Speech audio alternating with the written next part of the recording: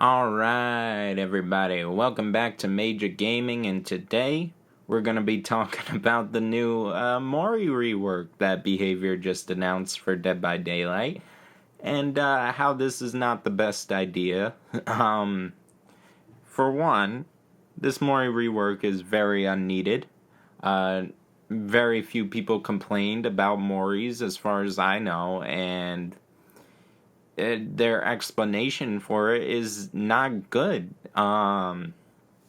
They said that killers could target certain survivors with Moris, and that would create a toxic environment. Oh god. Oh god, but endgame chat is still there for PC players, huh? Oh god. It is so bad. This is too toxic, but other things, nah. Survivors forcing killers to wait out the end timer because they want a teabag at the exit gate. That's not toxic. No way. There's no way Behavior would be able to change that. But Moris, oh god. The point of playing killer is to kill all of the survivors. Killing one with a Mori, or killing one by hooking them on the hook, there is no difference. They die. That's the whole point. The killer is trying to kill them. And this doesn't even fix the problem. Because what if you just save one survivor for last and then Mori them? Oh god. It doesn't change anything. Yes, it's less likely that you can pick out a certain survivor and kill them last and Mori them, but it's not impossible.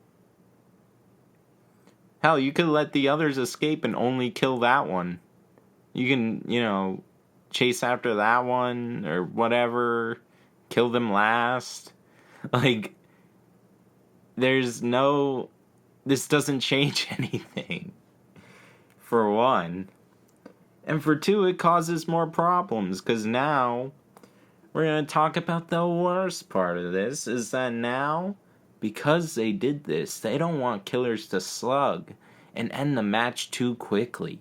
So now they made unbreakable base kit for all survivors.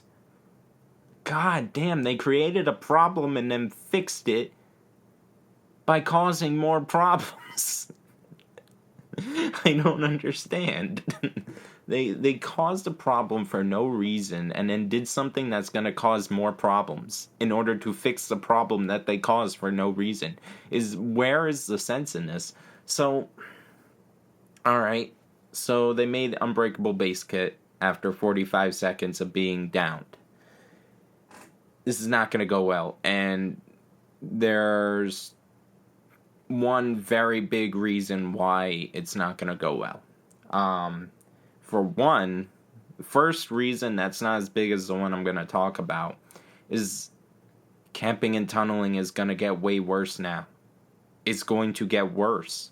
The more you buff survivors, the more killers have to camp and tunnel. It's just going to happen. It's impossible to stop it. Unless you completely make killer worthless, which will just, break the game. You can't stop camping and tunneling. There is no way to stop it for good. Without completely breaking the game. That's just how the game is designed, okay? It's like stopping camping in COD. You can't do it. You can't stop camping in COD. It's just gonna happen. So, alright.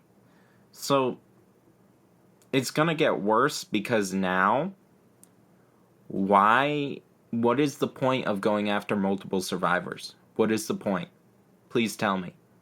Because, say you chase one, and you down them, and you're able to hook them, alright?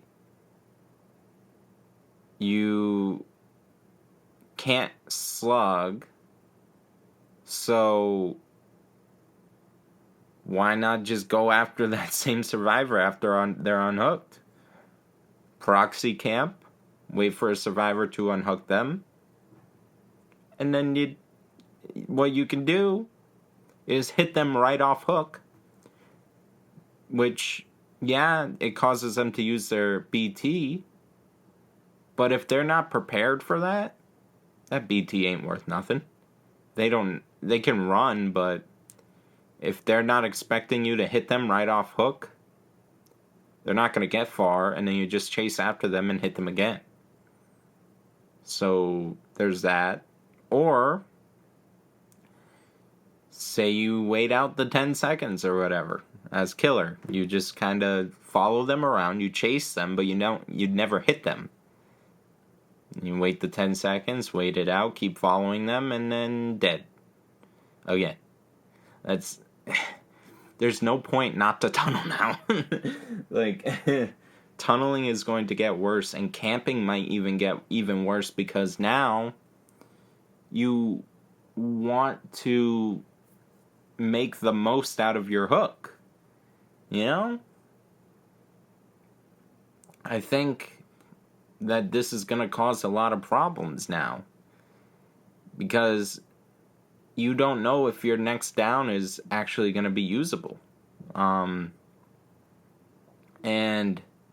the reason why I say this is, now most of the time, when you down a survivor, it's near a loop, because survivors go to loops in order to save themselves. That's where they go. If there's a pallet up and a survivor gets downed under a pallet or near a pallet, and they crawl under the pallet, and there's another survivor standing nearby. Now, as a killer, you have very few options in this scenario. You can A, pick up the survivor and get stunned, and then break the pallet and chase the survivor or whatever. Or just leave the pallet up, I guess. Or you try to get the other survivor that's, ready to pallet stun, but if you do that, then the survivor you just downed has a permanent way of just getting back up again after 45 seconds. Alright, so you can't do that. Now, say the best option at that point is to injure the other survivor and hope they run away, but that's not a guarantee. And then, what's even worse, say there are two survivors next to you after you have a down survivor under a pallet. What are you supposed to do?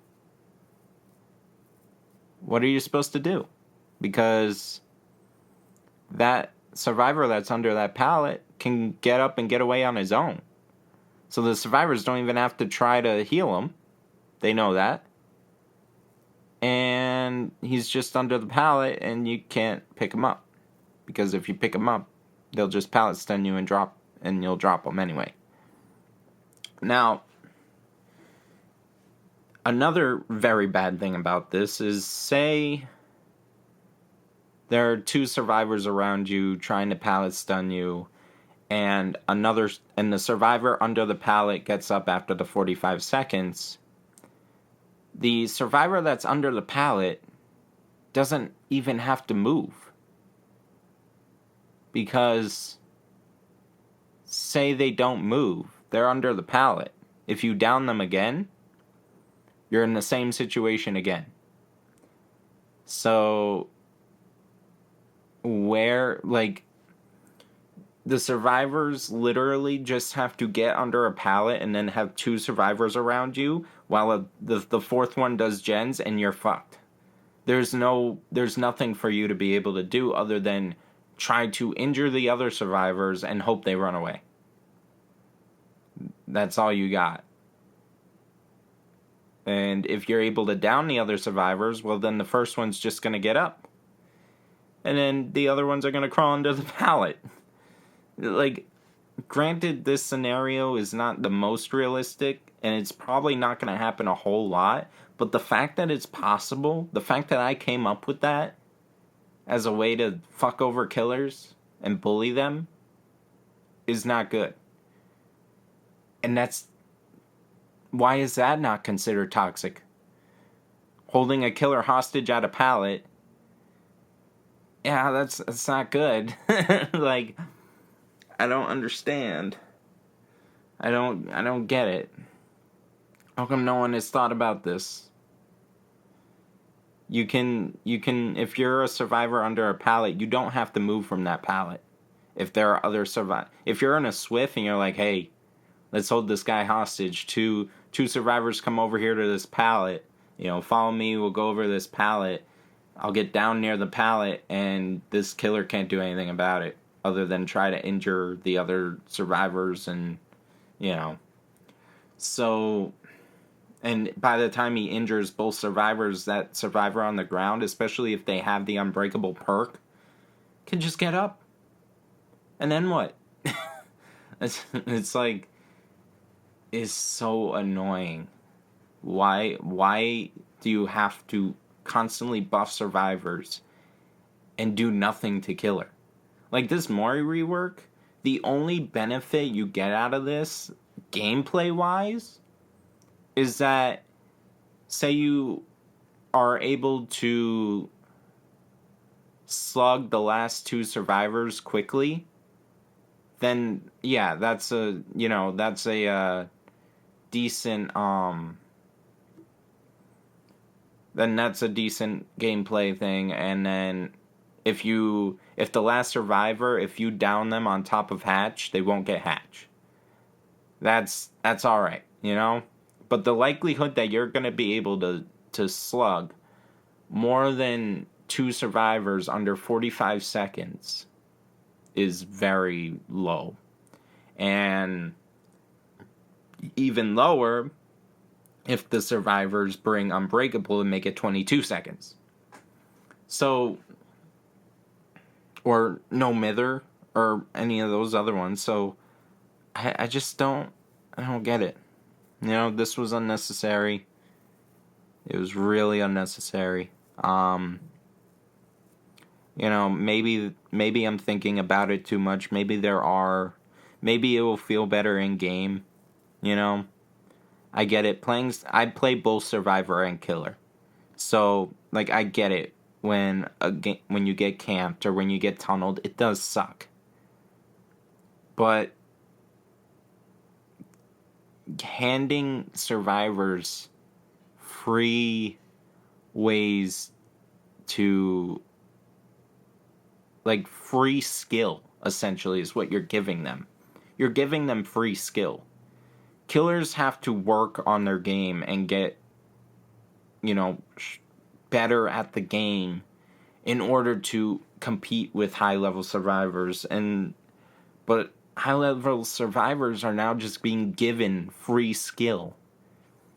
And then there's other things where it's like, there's subtle cheats, infinite loops, stuff like that in this game. Flashlights, toolboxes that are broken right now. If I see a lobby with more than one toolbox, I leave it. I do not play against multiple toolboxes because toolboxes right now are ridiculous. Gen rushing is ridiculous right now. I don't do it. It's so much is just not right now. Cheating, hacking, toolboxes being too much, the flashlights, the Swifts, it's just ridiculous right now, and I get it. Killers got buffed, but they didn't get buffed that much. Kill rates are still only 61%. That's a little bit over half. Okay? That's reasonable. That's slightly balanced. Killers had to get those buffs in order to make the game balanced. Buffing survivors more is going to make it unbalanced. I think the only way to make this possibly work is there are two ways. Either one, make it so that the base kit Unbreakable only takes effect after a minute, not 45 seconds. A minute is more reasonable. Or you make it so that pallet stuns don't drop the survivor, and instead, if you pallet stun a killer, the wiggle progress goes to 50%. That is more reasonable, because now you can pick up a survivor under a pallet and take that risk of possibly losing them because your the wiggle progress went up, but it's not a guarantee. You might still be able to pull it off, which makes it so that a survivor can't just sit under a pallet and while two other survivors watch over you and the fourth one is doing gens out there and you don't have any other options.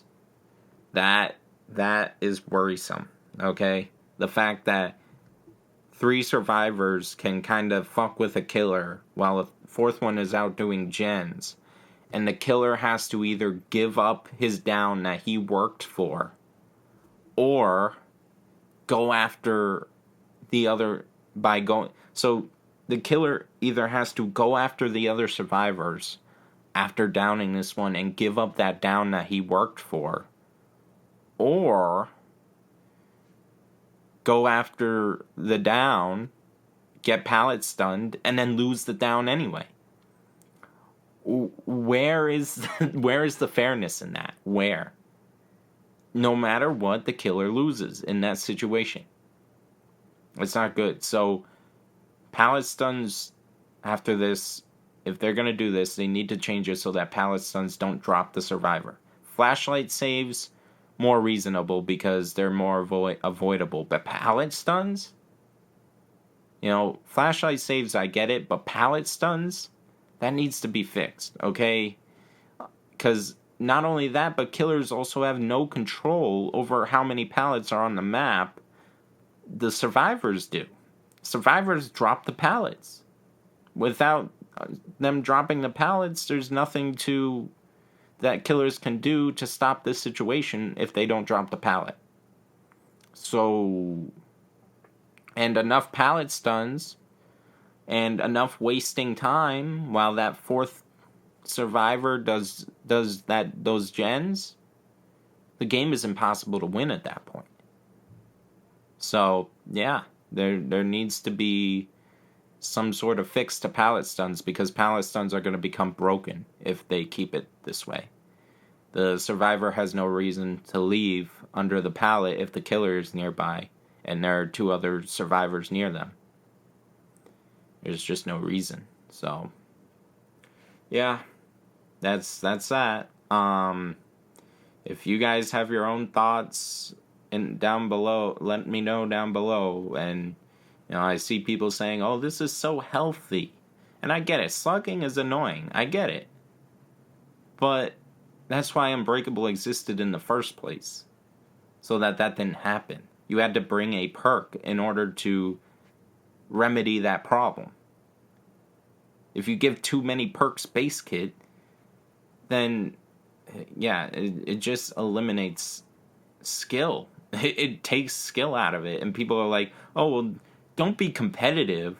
Why do you have to be competitive in this game? How about all the competitive survivors? Competitive survivors make killers competitive. Competitive killers make competitive survivors. It's just a natural thing that's going to happen. There's no way to avoid it. You have to balance this as a competitive game now.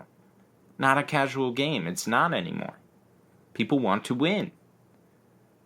And they incentivize winning, because if you win, you get more blood points to level up your characters. If you want to level up your characters, you have to win. So, why is winning all of a sudden this taboo thing where you're like, "Oh, don't be so competitive"? Even if I'm winning, even if I want to win, it doesn't necessarily mean that I want to win because I want to beat the survivors. I might want to win because I need as many blood points as possible because I'm trying to reach a goal of leveling up a character. Is that wrong? You know? If I bring a flan offering, I want to get as many blood points as possible that match. That way I don't waste my offering that I got. It's a limited offering. I want to get as many blood points as possible, so I need to win. Is that unrealistic? Is that toxic? I don't think so. So, yeah. This is not going to be good. This causes more problems than it solves, and it's unneeded. I hope behavior sees this, because honestly, this is ridiculous. I hope there's backlash. I hope there are people that stand up against this, because this is just unneeded. This is unnecessary. I get it, slugging sucks, but so doesn't a lot of things with this game. But, alright, so that'll be it for today. I said my piece. If you have your thoughts, leave them down in the comments below, but have a good day.